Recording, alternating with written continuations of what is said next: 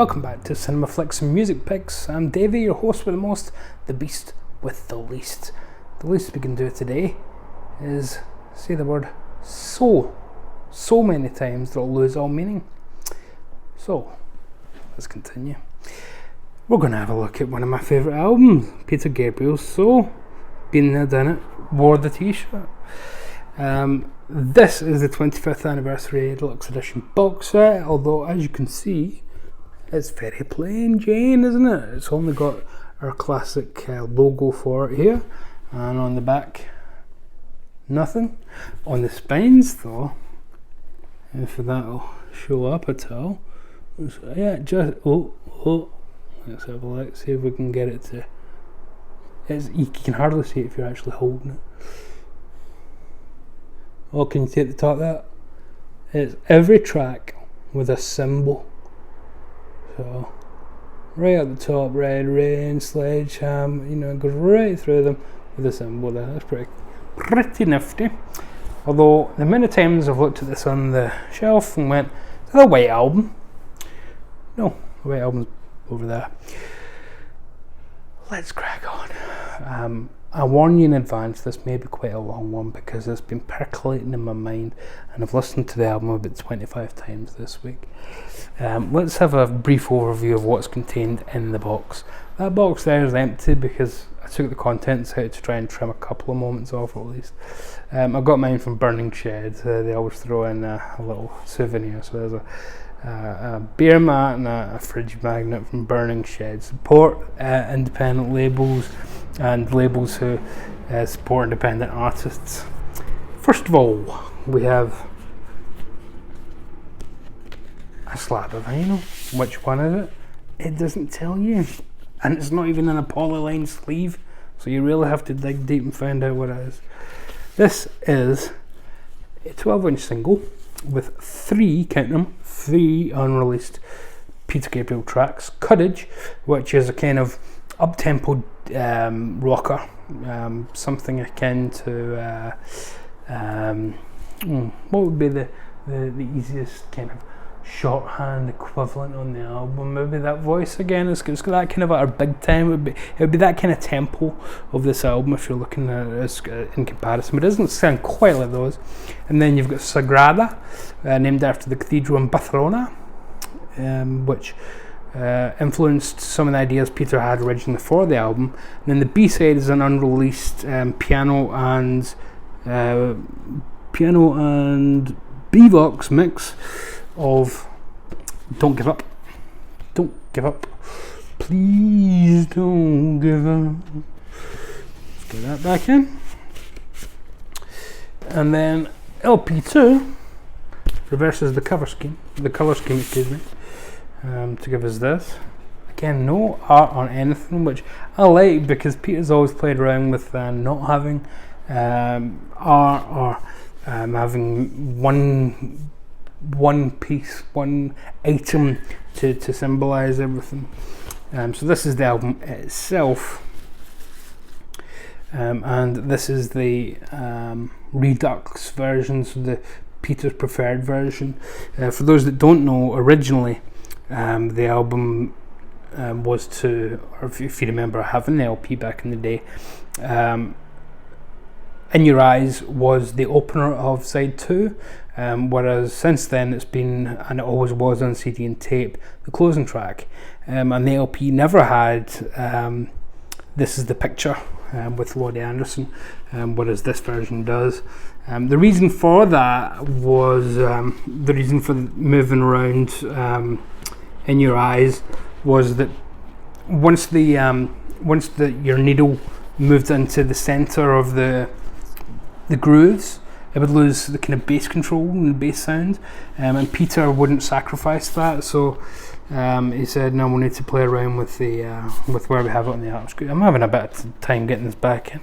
I'll need to put this in polyline sleeves, even though I'm going to be, there we go, even though I'm going to be keeping in the covers obviously, but I don't really like that it's all cardboard. That's a bit, you're kind of inviting paper burns in the long term there. However, who remembers this? So let's talk artwork. Peter, first 4 albums are all just called Peter Gabriel.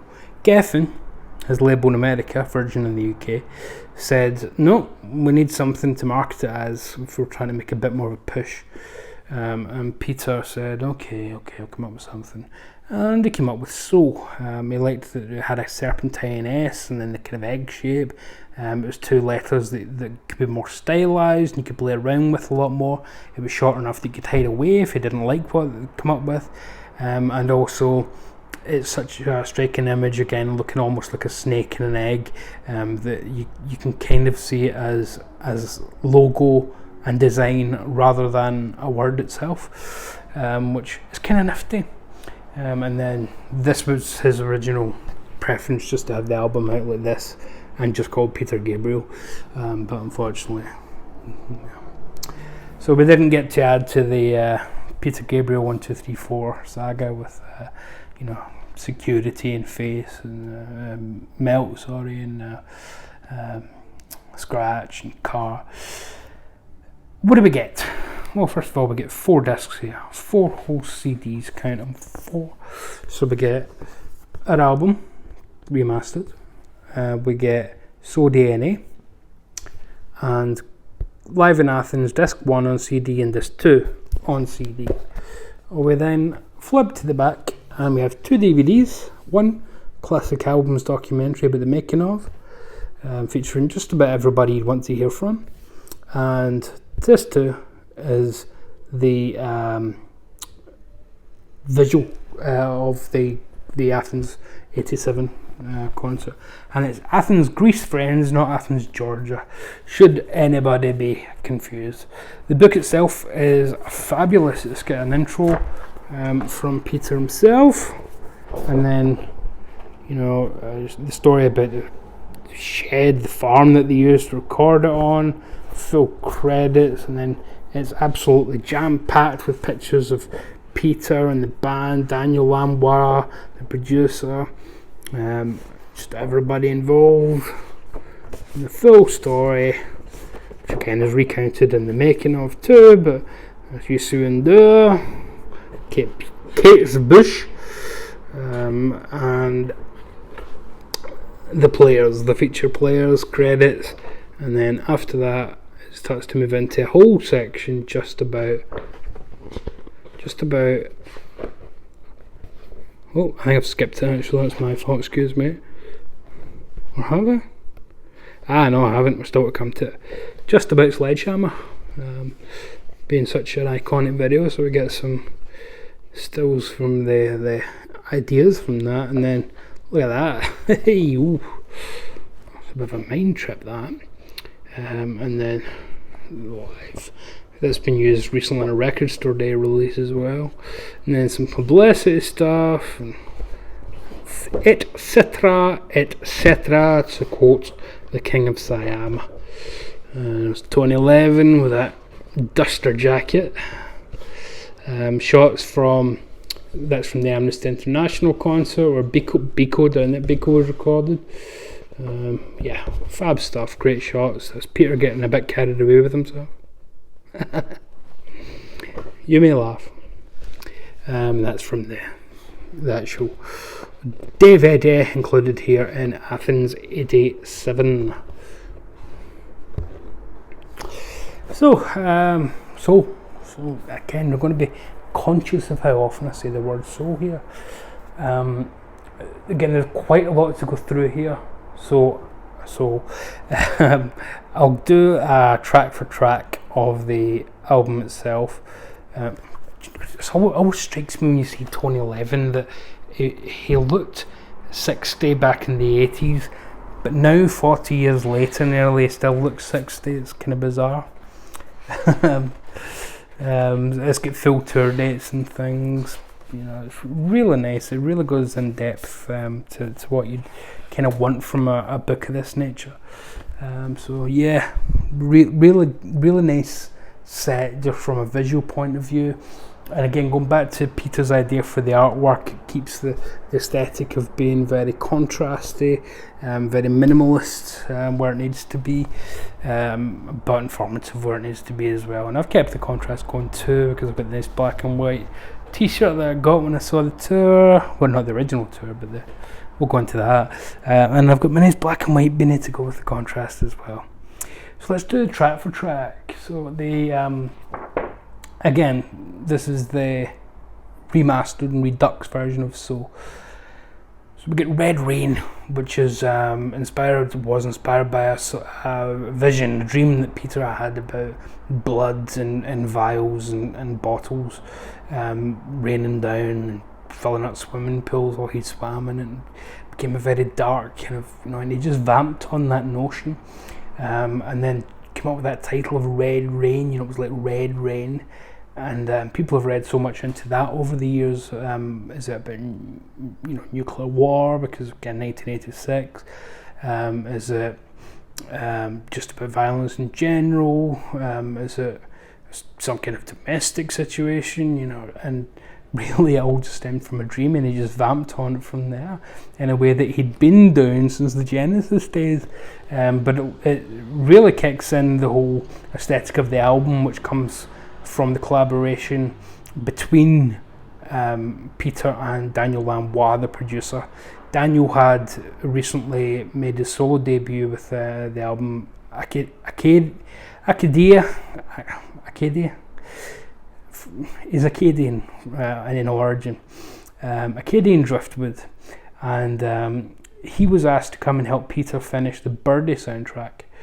Nothing to do with the Birdie song. And Peter liked working with him so much, they asked him to stay on and do the next album with him.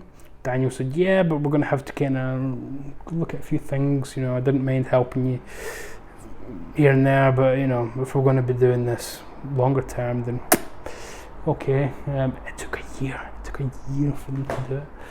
So we get, as something involves there, we get Red Rain, which, as I say, very downbeat, but still moves along at a bit of a pace, and that leads into Sledgehammer, which is easily the most famous song Peter's ever done by now.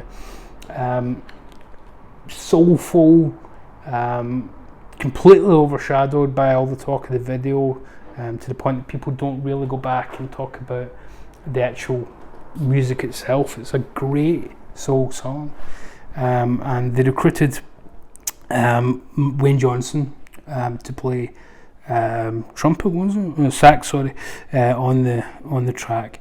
Went to America to record them, and Manu Katché makes his debut chronologically on this track on drums. On the first track we had Jerry Marotta, Peter's regular drummer, with Stuart Copeland from the Police adding hi-hat. That was one of the lines in the sand that Daniel Lanois drew. Peter did not like having metallic drum sounds, so no hi-hats and toms and whatnot. It was all just the actual noise of the drum itself, and Daniel says it's very limiting. We need to use all the tools we have at our disposal. Peter said, okay, as long as you can get me the kind of drummer that I like, and that ain't going to be easy. Luckily, Stuart Copeland's not a bad drummer, but who's even better than Stuart Copeland? Manu Katché. So Manu is a fusion drummer, world beat, jazz fusion, Afrobeat, and was completely unknown in the pop sphere and rock sphere at the time. And Peter asked him, if I played this and played him some Sledgehammer, what would you play? And Manu played the ultimate track, and just played what he would play, with Peter thinking it's a demo. And Peter said, that's fantastic, yeah, brilliant, let's try another one. And Manu said, no, that's it, I've done it, you recorded it, that's what I would do if you played that. If that's the studio cut you're going with, that's what I'm doing on it. So what you hear there is Manu's pretty much audition. P.P. Arnold sings backing vocals on it. Big star in the 60s, was backed by The Nice with Keith Emerson. And again, it's a soul track. in the traditional sense, so it's very Stax inspired. It sounds like it should be something that Sam and Dave do. And that's kind of fitting because Wayne Jackson played for Otis Redding, who Peter said was kind of inspired by, and it was the kind of thing that he imagined that Otis might have done had he lived. Don't Give Up is track 3 again with Manu 2011 on bass, and of course the great Kate Bush on co-vocals. It's a very deep song and a quite dark song, which is really about well, I mean, it was inspired by a photo that Peter saw of the Great Depression, and he thought that it applied very much to Thatcher's Britain, and the unemployment lines and whatnot, and how men, we're talking 40 years ago, so we're talking men, were made to feel useless because their trades were being taken away from them, and they didn't have anything to fall back on, miners and things. Whole towns and whole counties were decimated by Tory policies. That wouldn't happen today, would it? Excuse me. But Peter's notion was to turn that into a more personal story. So rather than attacking the forces that caused it, and make it too political, it would become personal and intimate. So he would take on the persona of the character who's feeling desolate and helpless and suicidal when you get to the middle eight. He literally is gonna stand on that bridge with my eyes down below. So he's having a Jimmy Stewart and It's a Wonderful Life moment. And instead of his life flashing before his eyes and seeing what life would be like if he'd never been born, instead he gets a big hug from Kate Bush, who tells him, doesn't matter, we all love you, you've got us, we're a team, we're in it together, don't give up, please don't give up. It's a wonderful song, it's one of my favourite songs. There's 2 on this I'd say that are amongst my favourite songs of all time, and Don't Give Up is one of them. It's got a terrific bass intro from Tony Levin, who also plays a great bass outro to it. Boom, boom, boom, boom, boom, boom, boom, boom. And I believe it was inspired by that musically by just a little bit of rhythm that Daniel Lamo had. It was a nothing piece, and then 2011 used nappies to literally stick in behind the strings and the bass to kind of muffle it a bit and give it a much deeper sound. It's a wonderfully profound song, and despite the fact that Sledgehammer is literally the sole song of the album, Don't Give Up to me is the soul of the album, if that makes sense. Peter's vocals are just complete blue-eyed, white man soul. He sounds terrific singing that part that I mentioned there. They're gonna stand on that part. Kate Bush sounds warm and supportive, and everybody plays their part. It's a little movie. And it's wonderful. And again, going back to this theme that I work with on this album every time I hear it, of tension and release.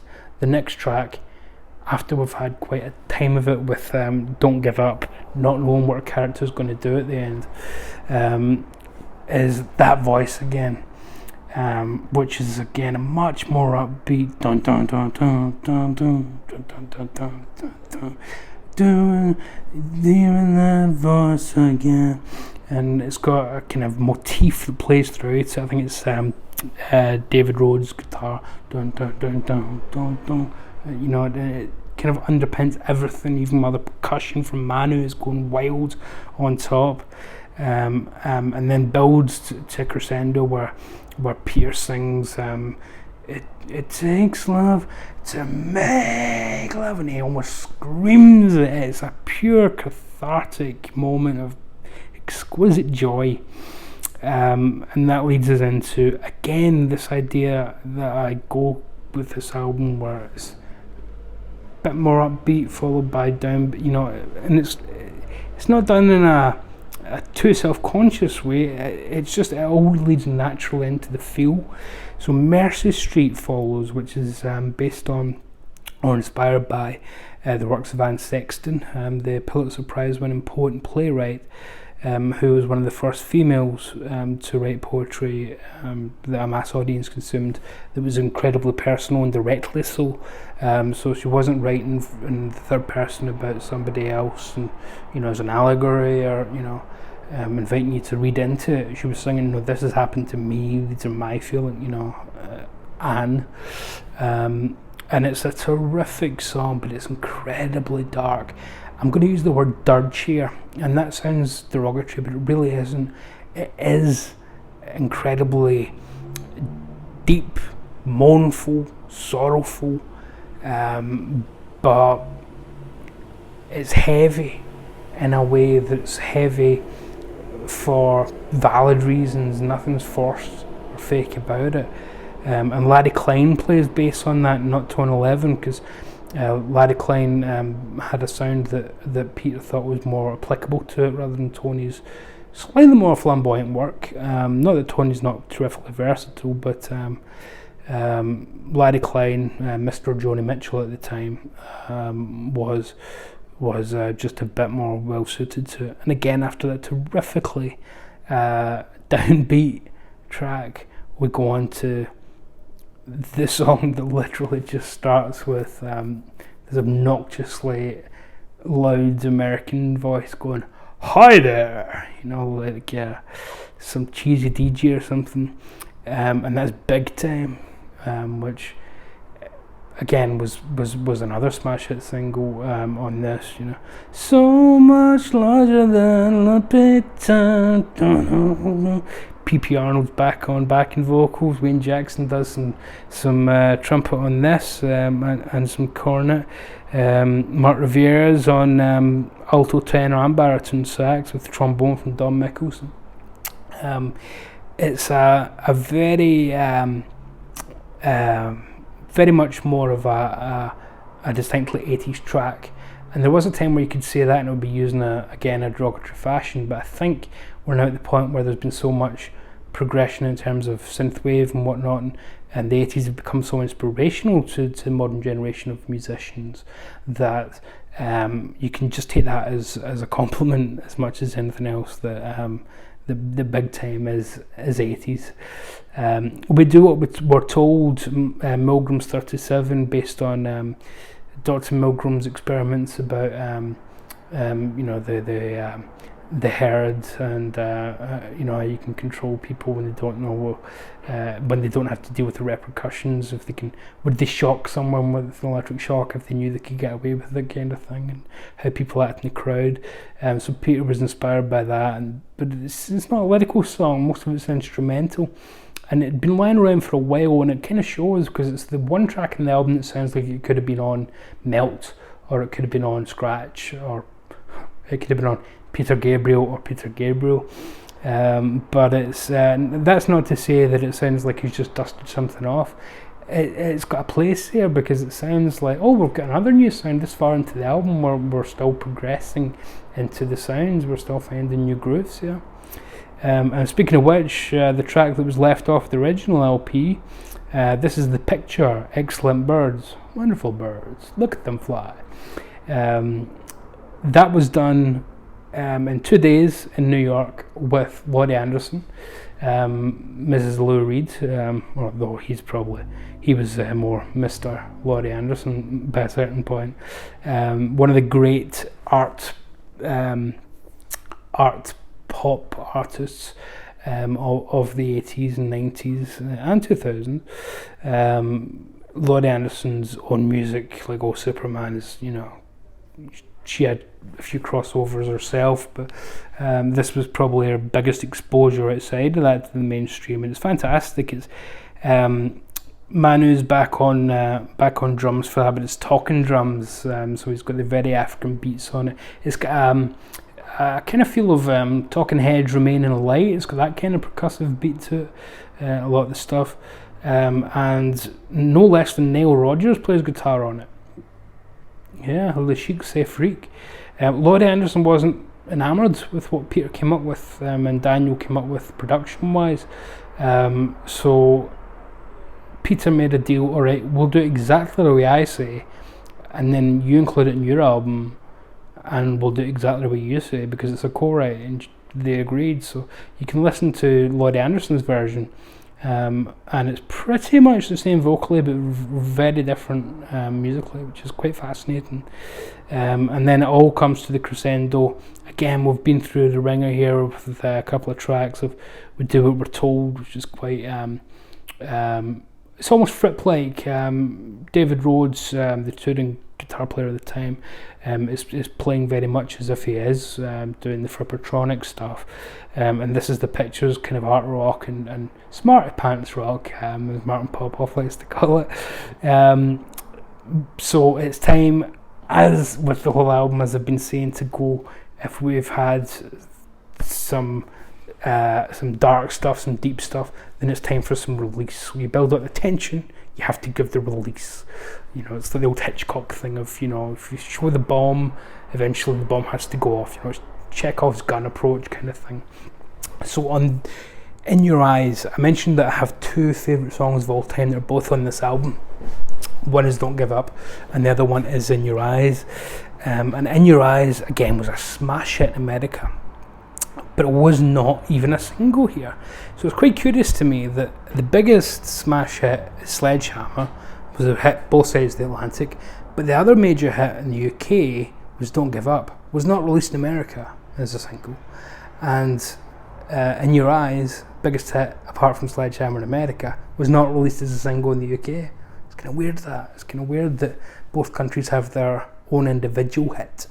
And then Red Rain would become a single in both countries. But it's interesting that both countries had a unique single that became a hit. And I think that's partly because Kate Bush was a much more known quantity and commercial quantity in the UK than she was in America. So having her on the single at the time meant a lot more than to some even having Peter's name on it, because one thing that's overlooked is that Peter wasn't a massive selling artist at the time. Like we saw, he was recording in a rented shed. He didn't have the money to buy Real World Studios and found that yet. He wouldn't do so for a number of years after this. But eventually Peter would found that and would certainly not be scrounging for pennies after the success of this album. So what we kind of see in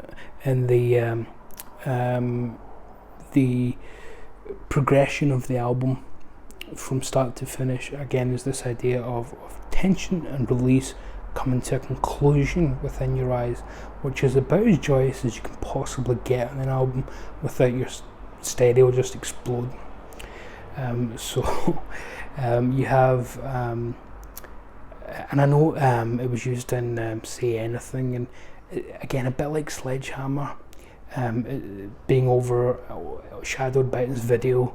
Say Anything is kind of overshadowed the song itself by being used in the scene where John Cusack tries to win back the girl by playing on the ghetto blaster and standing on the car.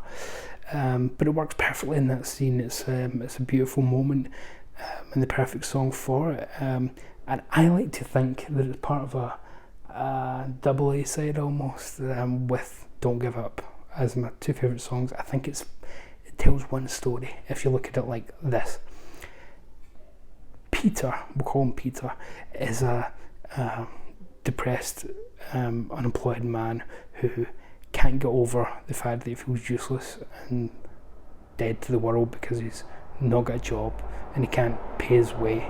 And it takes Kate Bush to say to him, don't give up, please don't give up, you've always got me, I'm going to be okay. And when he finally realises that and looks in your eyes, then he comes to this realisation of In Your Eyes, which is just insanely over the top wonderfulness. Yusun Dur is doing his thing over the top of it with some wonderful vocals in Senegalese and French. Peter was quite reticent to follow. He wanted to do that kind of thing, but he was worried about cultural appropriation, as we'd call it now. And it was Yusu who said to him, and Manu, that it's just basically doo-wop, or scat singing. It's using your voice as melody, not being worried about following the melody of the song, but making the melody yourself with your voice. Doesn't matter if you're actually singing words. So, it's quite a remarkable song, and liberated Peter in a lot of ways, because once he took that on board, it enabled him to finish that song, to put a capper on the album. And then on the live tour, he started even dressing in kind of African gear, but he never kind of stopped really, wearing the much longer kind of flowing outfits and things. He started dancing on stage a lot and things, not in a characteristic way that he'd done in with the Genesis stuff and whatnot. It was all very natural, it was all very rhythmic, and it was all very joyous. And if you watch the Athens concert, you'll see a lot of it. It's start from top to bottom. I think it's a perfect album, and sometimes people kind of pull you up when you say things like that. It's a perfect album, or is everything perfect? Nothing can be improved about it. It doesn't need to be 10 out of 10 every second to be perfect. It's perfectly itself, which is all I can really ask.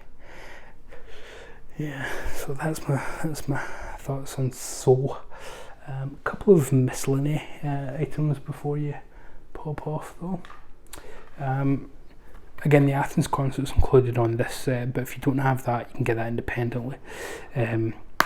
This is from the next tour, the next major world tour. This is Secret World Live, which is from the Us tour. So again, Peter wanted to use short titles that, so he would have Soul, Us, Up. This, even at this point, Peter was still playing a lot of tracks from Soul to make up the set, because by then they'd become established hits and legendary tracks. You pretty much get 3/4 of the album on this, really. Again, the Classic Albums documentary is included in this set, but it is available independently and on Blu-ray. I just have to have the standalones for these things, I need to see Daniel Lanois' grain beard in HD while he's sitting showing you how the mixing was done. This one is the Grown Up Live, which was 2000 and... oh, look at the size of that writing. I didn't expect you to read that. Taking the Dirt, Animal Nation. Yeah, that's from the Up tour. Yeah, there you go. So it's from Up, so we're talking like 2003-ish. Look at that spine. I hate that Peter likes to do that kind of folded over spine thing, not give you the full writing. One more essential thing to have in your Peter Gabriel collection though is the videos. This is essential not just because it's got the classic videos like Sledgehammer and Don't Give Up, Red Rain, Chalk the Monkey, Salisbury Hill, Digging in the Dirt, Father Son, Games Without Frontiers, with Kate Bush as well, Je Sans Frontier, and then Steam, the very much Redux Sledgehammer.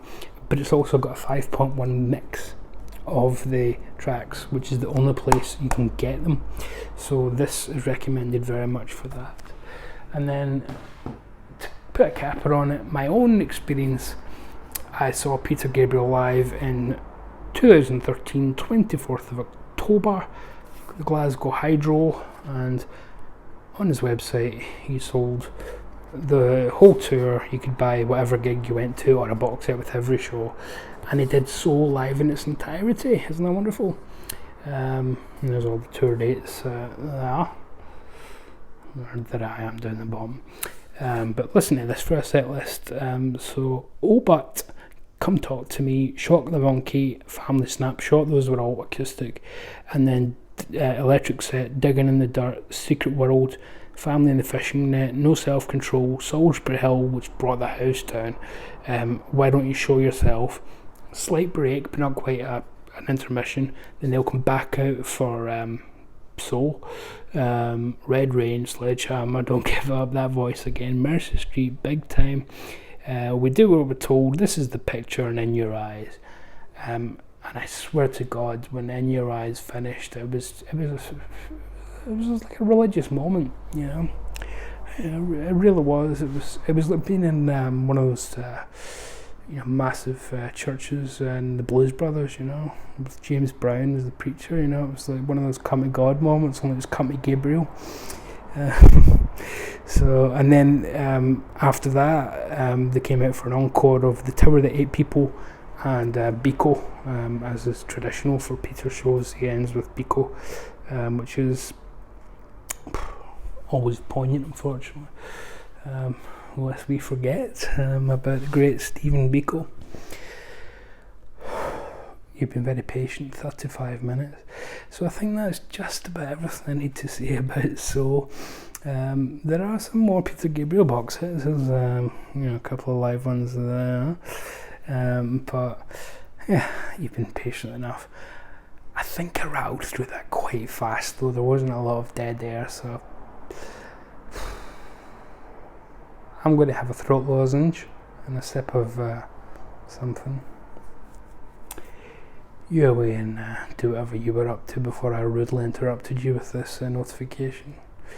But please stick a comment on if you're a fan of So, if you're a fan of Peter, if you don't like the album, if you think it's too 80s, if you're sick of the radio tracks, if there's a hidden gem here, if you've got any memories of it, if you've seen Peter live, or if you just want to talk about anything in general, just stick a comment on. I'll talk back. I talk to anybody. It's got me in a lot of trouble over the years, but by God, I still do it. Anyway, ladies and gents, it's been a warm one. So, until next time, my friends, I have been David. You have been wonderful and very patient. And this has been Cinema Flicks Music Picks. Remember, Jimmy Stewart month starts on Sunday, so tune in for a whole month of pretty good Jimmy Stewart impressions, wonderful Jimmy Stewart performances, probably quite bad reviews because they're not very good. At least I know it. Again, have a nice Thursday and Friday and Saturday. I'll see you on Sunday for the start of Jimmy Stewart month, and somewhere else I might be popping up over the weekend too, but I'll put links on the next video to that. Until next time. Look, it's turned into a beret now, isn't it? Look, we'll just take it off for the last minute or two. Until next time. Oh God, I look. Until it's all going to pot now. Until next time, do me a favour. Just be careful at that. Just be very careful at that. Love and mercy, my dears. Love and mercy.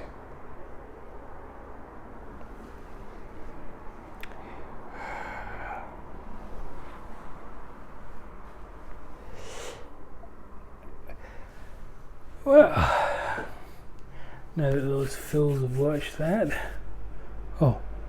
Oh wait, did I hit the wrong button? Did I just reverse that? Oh no, don't tell me they all know I just called them